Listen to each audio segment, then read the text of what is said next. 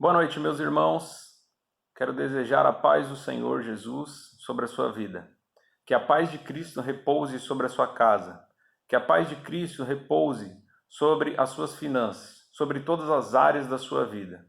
Que você possa, nesses momentos difíceis, momentos de tribulação, estamos em guerra, uma guerra contra um ser tão pequeno, microscópico, mas estamos em guerra, um ser que, apesar de pequeno, tem feito um estrago enorme no mundo inteiro, não é só no nosso país.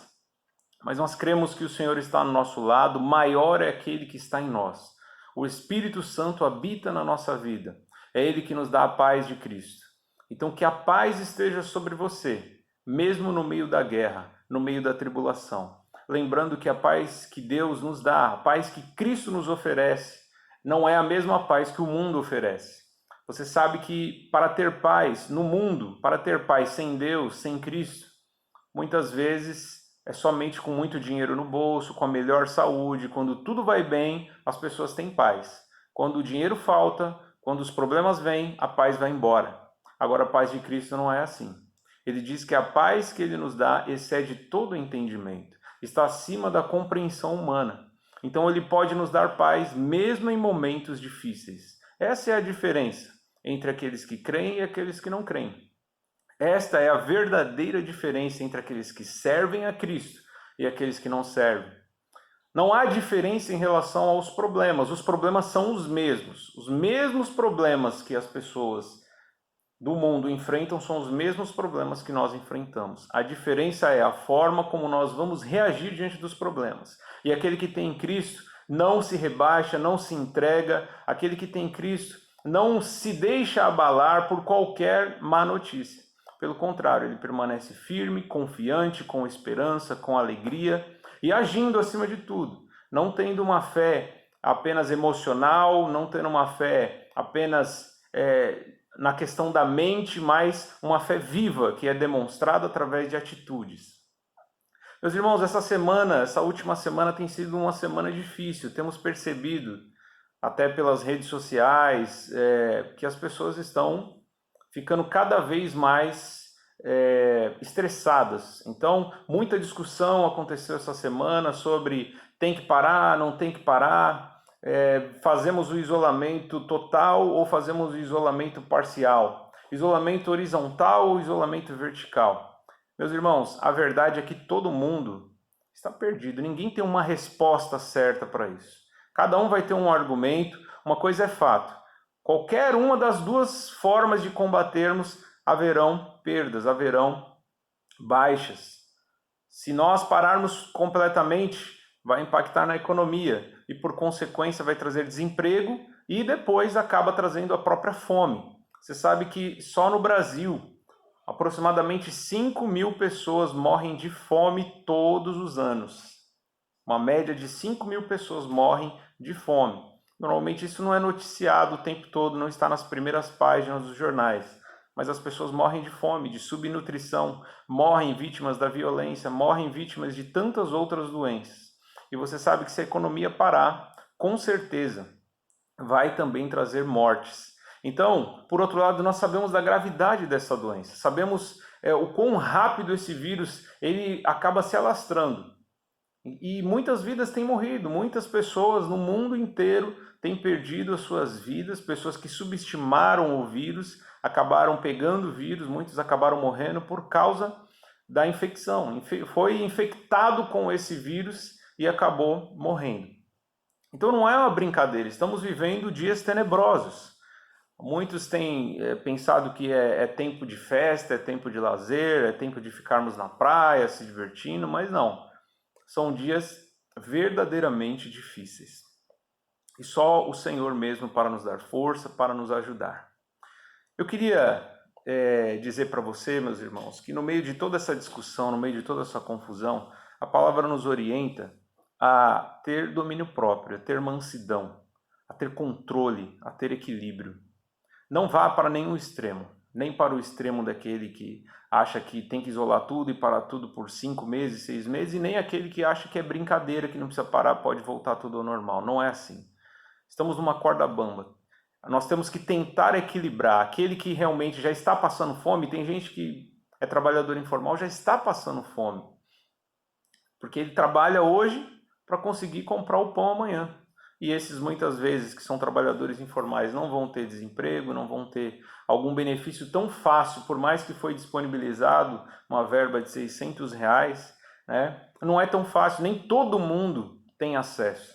Então, muita gente já sofria com a fome e pode sofrer muito mais conforme o país parar, conforme as pessoas pararem de produzir, pararem de trabalhar, as consequências serão terríveis, né? Só que se todo mundo decidir voltar a trabalhar, agir normalmente, não tomar os cuidados, aí a doença vai se alastrar e vai acabar matando mais pessoas do que já tem matado. Então, meus irmãos, nós temos que manter o nosso bom senso, nós temos que manter o nosso equilíbrio, temos que ficar firmes no Senhor, na palavra, seguindo as orientações. A gente sabe que em Romanos 13 diz que não há nenhuma autoridade que não foi instituída por Deus. Temos que obedecer às autoridades, os governantes, aqueles que têm autoridade para falar sobre saúde. Nós temos que seguir as orientações. Não podemos colocar Deus à prova. Né, meus irmãos? Então, eu queria, para iniciar, como falamos sobre essas discussões, esses problemas que têm surgido, temos escutado também de casos de família onde tem aumentado a violência contra a mulher, porque as pessoas estão estressadas, estão desesperadas, estão com tantas incertezas e os ânimos ficam à flor da pele e os casais começam a discutir mais, pais e filhos começam a discutir mais, irmãos começam a discutir mais e o que tem acontecido é que tem aumentado a violência, principalmente contra a mulher. Isso não deveria estar acontecendo, né? Sabe que dentro da própria igreja, muitas vezes, o amor falta. O amor que nós tanto falamos, tanto pregamos, muitas vezes tem faltado dentro da própria igreja. Isso não pode ser assim, meus irmãos. Nós temos que colocar em prática o amor de Cristo. Temos que amar uns aos outros. Eu queria lembrar você também que nesses momentos, alguns têm alguma reserva, alguns têm alguma garantia, conseguem viver por 3 meses no isolamento. Outros não. Outros não conseguem ficar nem 2 dias no isolamento. Esse é o momento em que a igreja pode colocar em prática tudo aquilo que tem aprendido no decorrer da história. Tudo aquilo que você já ouviu falar na Bíblia sobre generosidade. Esse é o momento ideal. Este é o momento oportuno para você colocar em prática o amor de Cristo por seus irmãos. Então, aquele que tem condições, seja sensível à necessidade daquele que não tem condição. Não pense apenas em você, pense naqueles que daqui a alguns dias, ou nesse exato momento, já estão desesperados, muitos já pensando em tirar a sua própria vida, à beira do suicídio, já entrando em depressão. Se coloque no lugar do seu próximo. Queria lembrar de um provérbio, que é o provérbio de Salomão, 17, versículo 17. Provérbios 17, 17.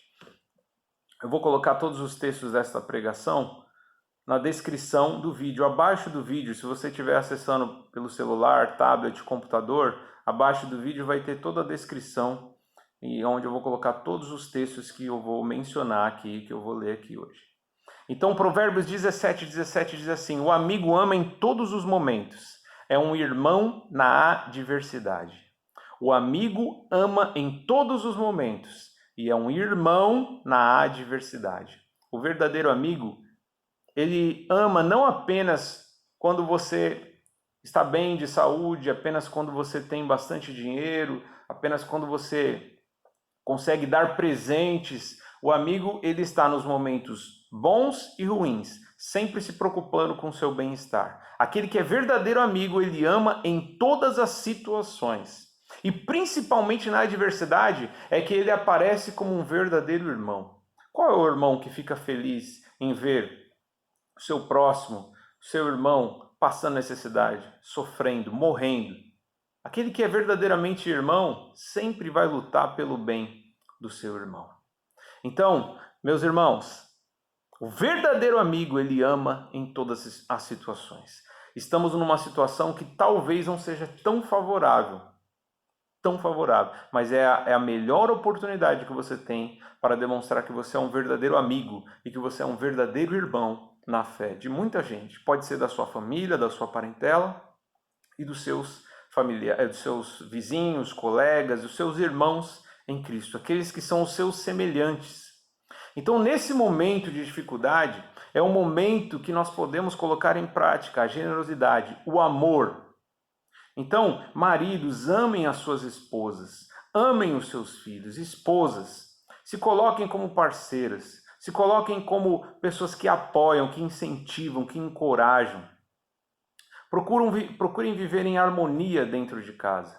É uma oportunidade única que Deus nos deu de ser igreja, não apenas ir à igreja, mas ser igreja, principalmente dentro da nossa casa. Eu cresci ouvindo essa frase que é maravilhosa, mas que pouco eu via em prática, né? A igreja começa dentro de casa. Ô, meu irmão, esse é o momento de você colocar isso em prática. A igreja começa realmente com você. É você e Deus. Depois você com a sua família. Seus pais, seus irmãos, quem é casado, a esposa, o marido, os filhos. Esse é o momento que nós temos uma oportunidade imensa de viver a família que Deus projetou. Então, ame, suporte. Ninguém é igual a ninguém. Todos somos imperfeitos. Todos carecemos da graça e da misericórdia de Deus. Jesus disse na oração do Pai Nosso: perdoa as nossas dívidas assim como perdoamos os nossos devedores. Depois que termina o Pai Nosso, ele diz: porque se não perdoarmos os nossos devedores, também não seremos perdoados. Você quer o perdão de Deus? Você quer a misericórdia de Deus? Então você tem que ter misericórdia também dos seus irmãos, dos seus semelhantes. Você tem que ter misericórdia da sua esposa, você que é marido. Você que é esposa tem que ter misericórdia do seu marido. Você que é filho tem que ter misericórdia dos seus pais, porque os seus pais são imperfeitos, eles erram, eles falham também. E vocês pais também têm que ter misericórdia dos seus filhos. Tem que educá-los, tem que admoestá-los, mas não pode colocar eles a ira, não pode provocar a ira deles, como diz a palavra de Deus. Então vamos colocar em prática o amor. Mas isso é só a introdução. Na verdade, o que eu quero falar nesta noite para você, quero trazer esperança e fé ao seu coração. Apesar de tanta má notícia, né? Nós temos uma boa notícia. Aliás, o Evangelho é boa notícia. Evangelho, a tradução mais correta é as boas novas. São as boas notícias de Deus para nós. A boa notícia que Deus tem para nós, o evangelho que tem para nós é que nós estávamos perdidos, nós estávamos mortos em nossos pecados e transgressões. Mas Deus, com seu grande amor, enviou o seu único Filho para que todo aquele que nele crê não pereça, mas tenha a vida eterna. Só de saber isso, meu irmão, a gente já pode dormir tranquilo, porque sabemos que estávamos condenados, mas Jesus nos salvou de toda condenação. Jesus nos livrou do poder, da escravidão do pecado. Isso já é a melhor notícia que a gente poderia receber. Não adianta o homem estar bem, ter a melhor saúde, todo o dinheiro na terra, se ele perder a sua alma não adianta nada. Jesus disse que adianta o homem ganhar o mundo inteiro e perder a sua alma. E Jesus salvou a nossa alma. Essa é a boa notícia. Mas eu quero lembrar hoje sobre um episódio, um período da história do apóstolo Paulo, que se encontra lá em Atos, capítulo 16, versículo 22. Também vou colocar esse texto na descrição desse vídeo. Atos dos Apóstolos, Atos, capítulo 16, versículo 22 em diante. Que diz assim: a multidão ajuntou-se contra Paulo e Silas, e os magistrados ordenaram que se lhes tirassem as roupas e fossem açoitados. Depois de serem severamente açoitados, foram lançados na prisão. O carcereiro recebeu instrução para vigiá-los com cuidado. Tendo recebido tais ordens, ele os lançou no cárcere interior e lhes prendeu os pés no tronco. Por volta da meia-noite, Paulo e Silas estavam orando e cantando hinos a Deus. Os outros presos os ouviam. Até aqui. Então, note que é uma história muito conhecida, daquele que já está na caminhada, na vida cristã um bom tempo, com certeza já ouviu falar dessa história. Com certeza ouviu falar desse período da vida de Paulo, em que ele estava pregando o evangelho juntamente com Silas, seu companheiro de viagens missionárias, e por pregar o evangelho em uma determinada região, o povo começou a se incomodar, o povo não gostou de ouvir o evangelho. O povo não gostou de ser confrontado. não gostou do convite que eles receberam ao arrependimento, de mudar as práticas, a vida que eles tinham vivido o tempo todo. Então eles não gostaram e começaram a juntar uma multidão e influenciaram as autoridades para prender Paulo e Silas. Note, meus irmãos, muitos de vocês estão sentindo-se presos, né? Muita gente reclamando que está com tédio, que não aguenta mais ficar dentro de casa. Porque é muito chato, eu preciso andar, eu preciso bater perna, eu preciso ver gente. Temos escutado muita gente falar isso.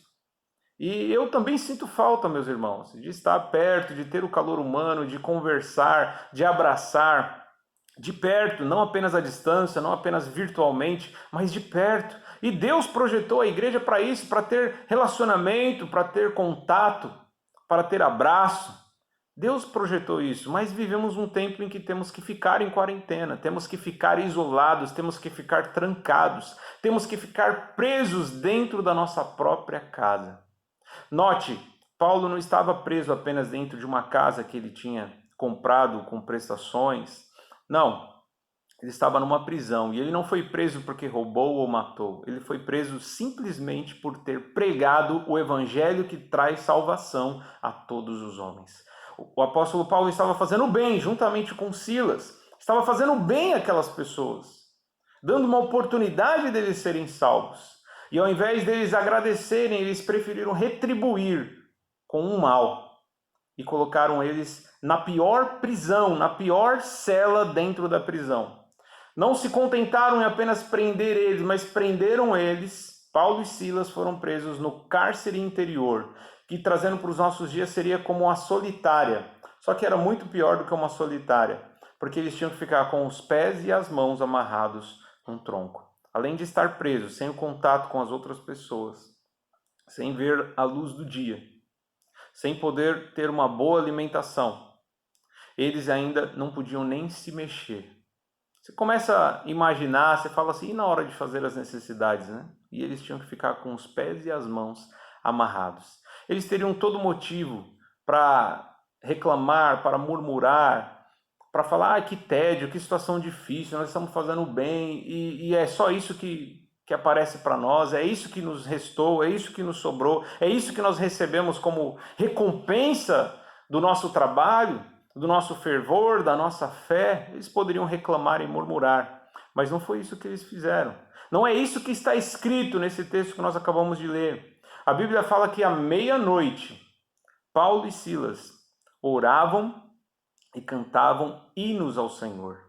E os outros presos os ouviam. Olha que interessante, muitas vezes a gente pensa assim, e agora? O que será do Evangelho? E agora? Como que podemos pregar o Evangelho às pessoas que estão necessitadas? Meus irmãos, muitos de vocês, muitos de nós, ficamos a vida inteira indo na igreja e não nos preocupamos com nenhuma alma. Vivíamos como se o evangelho fosse apenas ir à igreja e voltar para casa. E agora muitos aparecem como preocupados, né? Eu não vou entrar nessa questão. O ponto é o seguinte, Paulo e Silas poderiam pensar dessa forma também. E agora, como vamos pregar? Mas a Bíblia fala que ao invés de murmurar, eles cantavam ao Senhor. Eles agradeciam, eles adoravam ao Senhor, mesmo na prisão. Então não pense que, e agora eu não posso ir na igreja, eu não posso ir num templo, eu não posso me reunir com os irmãos. Talvez você se reunia com 50 ou 100 pessoas ou até mais pessoas. E agora eu estou aqui trancado dentro da minha casa. Você está trancado sim, meu irmão. Mas a sua boca não precisa ficar trancada. Você pode, dentro da sua casa, abrir a boca e adorar ao Senhor. Orar ao Senhor com fervor. Assim como Paulo e Silas fizeram, mesmo naquele lugar, no cárcere interior, na prisão, eles estavam adorando ao Senhor. E você sabe o que aconteceu depois disso. Eles poderiam falar assim, mas Deus não é aquele que nos livra? Deus não é aquele que nos guarda? Os seus anjos não acampam ao redor daqueles que o temem para livrar? E por que Deus permitiu nós estarmos nesse lugar tão terrível, numa prisão, sem termos cometido crime algum? Eles não ficaram usando esse tipo de lógica, de pensamento. Pelo contrário, eles ficaram maravilhados com a presença de Deus e começaram a adorar e começaram a orar, a clamar ao Senhor. E esse é um momento que você tem que talvez desligar a sua televisão, ficar menos nas redes sociais e ficar mais tempo com o Pai, mais tempo na presença de Deus. Orar mais, ler mais a palavra, porque é isso que vai trazer vida para você. É isso que vai te dar saúde espiritual, mais do que a saúde física, mais do que a proteção contra o coronavírus, nós precisamos da saúde espiritual. Muitos têm se perdido na fé, diante de uma tribulação, diante de um problema. E é nessa hora que nós podemos orar e clamar ao Senhor. Foi isso que Paulo e Silas fizeram. Tentaram prender outras vezes. Depois que Paulo e Silas saíram da prisão, Paulo continuou pregando e ele foi preso outras vezes. Tem um texto em 2 Timóteo, capítulo 2, segunda carta de Paulo a Timóteo, capítulo 2, versículo 9, que diz assim: pelo qual sofro e até estou preso como criminoso, contudo a palavra de Deus não está presa. E essa é uma outra boa notícia que eu tenho para te dar, meu irmão. Você pode estar preso, você pode estar trancado, seja numa prisão verdadeira ou seja dentro da sua casa, que não se compara. Uma prisão, meu irmão, é muito pior do que o que você está vivendo dentro da sua casa. Mas mesmo que você estivesse numa prisão, você pode ter a certeza que a palavra de Deus não está presa. Podem prender todos os cristãos, podem prender todos aqueles que seguem a Jesus, aqueles que são discípulos verdadeiramente de Jesus, mas a palavra jamais será presa. Passará o céu e a terra, mas as minhas palavras jamais passarão, diz o Senhor. E é isso que aconteceu, mesmo Paulo estando preso muitas vezes, depois da sua conversão ele ficou preso por muitas vezes. E ele não tinha WhatsApp, ele não tinha Facebook, ele não tinha YouTube, ele não tinha as redes sociais que nós temos, ele só tinha cartas. Ele pegava uma folha, um papel e escrevia cartas para a igreja, escrevia cartas para aqueles que ainda nem eram igreja, mas que passaram a ser igreja, porque se converteram através das pregações que Paulo fazia através das cartas. E ele recitava, ele lembrava das palavras do Senhor, porque é isso que ele quis dizer. Podem me prender, mas a palavra de Deus não conseguem. Não podem prender a palavra de Deus. Então, meu irmão, mesmo dentro da sua casa, você pode ser um pregador do Evangelho. Talvez tenha pessoas dentro da sua casa que ainda não conhecem a Jesus. E eles vão ter oportunidade, através da sua atitude, do seu bom procedimento, do seu amor cristão e daquilo que você faz no seu dia a dia com Deus, o seu relacionamento com Deus, o seu testemunho de vida. Eles vão ter oportunidade de conhecer o Senhor. Você vai ter oportunidade de pregar o Evangelho para os seus parentes, com ou sem palavras. Porque o nosso testemunho também ele fala muito mais do que as nossas palavras. Então, em 2 Timóteo, Paulo fala: eu estou preso como se fosse um criminoso, mas a palavra de Deus não está presa. E para encerrar, meus irmãos, eu queria ler o último texto que se encontra na carta de Paulo. Hoje foi o dia de Paulo, hein? Romanos, carta de Paulo aos Romanos, capítulo 8. Romanos, eu vou colocar na descrição também, capítulo 8, versículo 35, que diz assim: quem nos separará do amor de Cristo? Será tribulação, ou angústia, ou perseguição, ou fome, ou nudez, ou perigo, ou espada?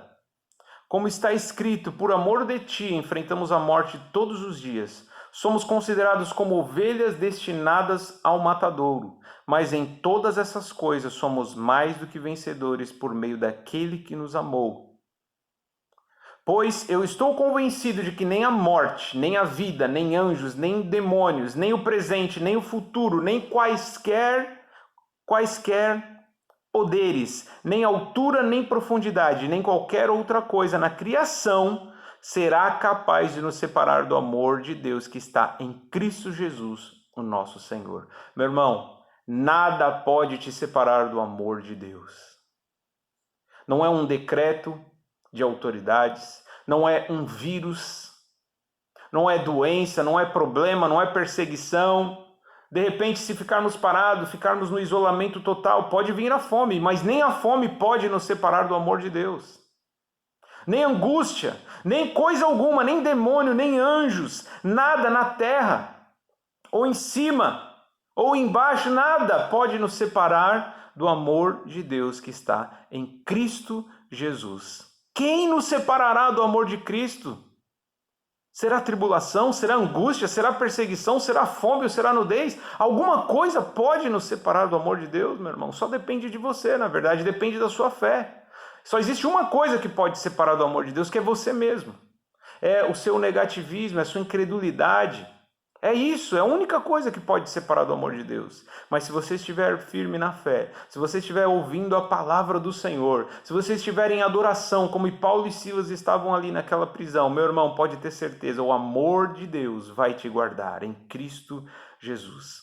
Então fica firme, meu irmão, não se desespere. Deus está no controle de todas as coisas. Agindo o Senhor, quem impedirá? Não há ninguém que possa resistir ou escapar das mãos do Senhor. Se tivermos que morrer, meu irmão, morreremos, mas morreremos salvos. Porque aqui a vida é passageira mesmo. Agora, se for para nos guardar, Deus nos guardará. Não importa o que vai acontecer com a gente, não importa o nosso destino, o que importa é que Deus está conosco. Jesus permanece vivo. Ele morreu, mas ressuscitou o terceiro dia e voltará para nos buscar.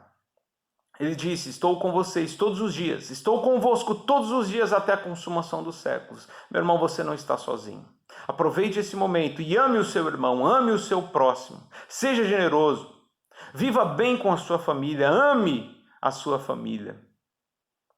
Lembre de adorar, mesmo nos momentos que você quer murmurar, mesmo nos momentos de tédio. Adore e ore ao Senhor, assim como Paulo e Silas. Essa é a vontade de Deus para todos nós. Que você continue fazendo os seus cultos domésticos, você fique na paz e na presença do Espírito Santo. Que você fique com a palavra de Deus. Deus tem a última palavra. Não fique com a palavra dos homens, fiquem com a palavra de Deus. Mas tenha prudência, tenha sabedoria, tenha higiene, se proteja, use máscara se necessário, lave as mãos, use álcool em gel. Se proteja, meu irmão. Assim como você coloca cadeado e tranca a porta da sua casa, você também tem que proteger o seu corpo, proteger a sua saúde. Você faz a sua parte e Deus vai te ajudar. Amém? Deus te abençoe, em nome de Jesus. Eu vou orar por você, eu quero abençoar a sua vida. Senhor, em nome de Jesus, nos colocamos diante da tua presença. Estamos na tua presença pelo novo e vivo caminho, o sangue de Jesus, o corpo de Jesus que foi partido na cruz. Na tua presença eu clamo pela tua misericórdia. Eu te agradeço porque até aqui o Senhor tem nos ajudado, o Senhor tem nos guardado. Eu te louvo, eu te bendigo. Meus lábios confessam o teu nome, santo, santo, santo tu és. Não importa se estamos presos ou estamos livres, não importa se temos saúde ou não temos saúde, santo é o Senhor é digno de ser louvado. Mesmo Jó, na sua provação, quando o Senhor tirou tudo dele, ele disse, o Senhor deu, o Senhor tirou, louvado seja o nome do Senhor. Então nós te louvamos, Senhor. Te louvamos, mesmo que piore a nossa situação, nós te louvamos, nós te adoramos, Senhor. Mas te pedimos, salva-nos, guarda-nos, Senhor, livra-nos, Senhor, principalmente da incredulidade, da frieza espiritual. Nos leva, Senhor, ao lugar secreto de adoração. Nos leva, Senhor, diariamente ao Santo dos Santos, Senhor. Para que possamos, Senhor, ficar seguros na Tua paz que excede todo entendimento. Esta é a minha oração por cada um que estará assistindo esse vídeo, Senhor. Eu abençoo. Tira todo o pânico, todo o medo, todo o desespero, Senhor. Faz um milagre, Senhor, na vida profissional, financeira. Ajuda aqueles que, Senhor, ó Pai, não conseguem trabalhar, não podem trabalhar e precisam trabalhar para se sustentar. Que o Senhor sustente, que o Senhor alimente, que o Senhor levante a sua igreja, levante aqueles que têm condições para ser generosos. Se necessário, Senhor, faça como o Senhor fez com Elias, que o alimentou, Senhor, ó Pai, com carne, com pão, com corvos. Senhor, se for necessário, faça aquilo que for, ó Pai, do teu agrado, da tua vontade, Senhor. Mas não deixe nenhum desses pequeninos, Senhor, passar fome. Não deixe, não permita, Senhor. Pela tua misericórdia, eu clamo, Senhor. Em nome de Jesus. E que o nosso país seja referência e modelo, Senhor, ó Pai, no combate a essa doença, Senhor. Que essa doença vá embora em nome de Jesus Cristo. É a minha oração, em nome de Jesus. Amém. Amém. Deus te abençoe. Fique com Deus. Vigia, ora, leia a palavra e adore ao Senhor em espírito e em verdade. Deus te abençoe em nome de Jesus.